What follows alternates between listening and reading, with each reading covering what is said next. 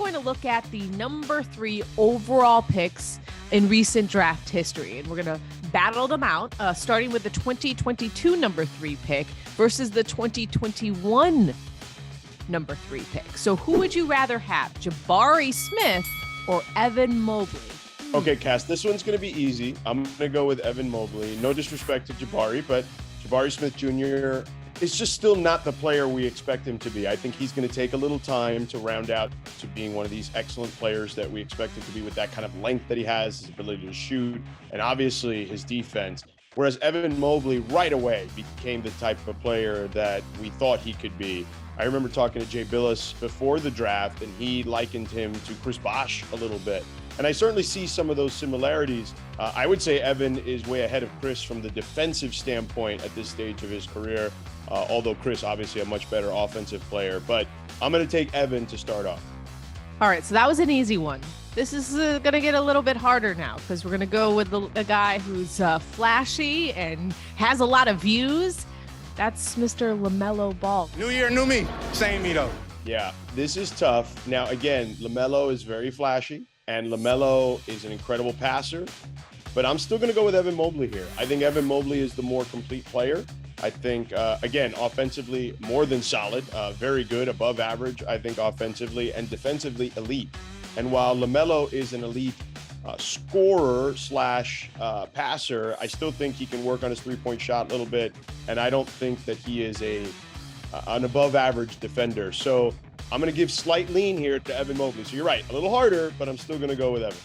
I think LaMelo is like a high risk, high reward type pick here. Yeah. Evan Mobley right now is just, easy money. I think you can rely on Evan in going forward. So I am not mad at that pick at all. Let's move on to the 2019 number 3 pick. RJ Barrett, up and down, but shows flashes himself. Who are you going with here? Evan Mobley, next. Okay. Dang, Knicks fans, come for him. I'm not even talking to him right now because I'm so damn disgusted. I think this is an easy pick, this next one, but the 2018 number 3 pick, Mr. Luka Doncic himself, versus Evan Mobley. Is this another next?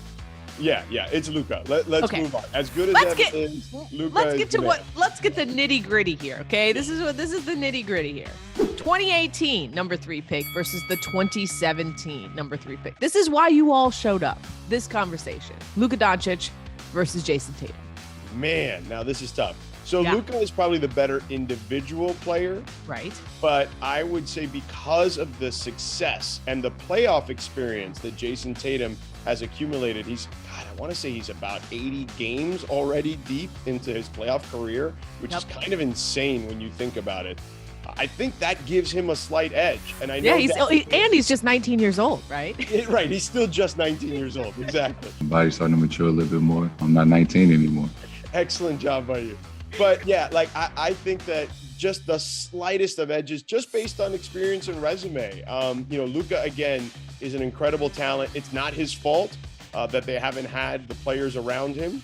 But, I think Jason's experience to me would give me a slight edge over what Luka is doing. And by the way, it's not like Jason is an incredible individually as well. So while Luka would have the individual effort by a smidge, again, just the overall experience level of Tatum gives me the reason to pick Jason as the guy.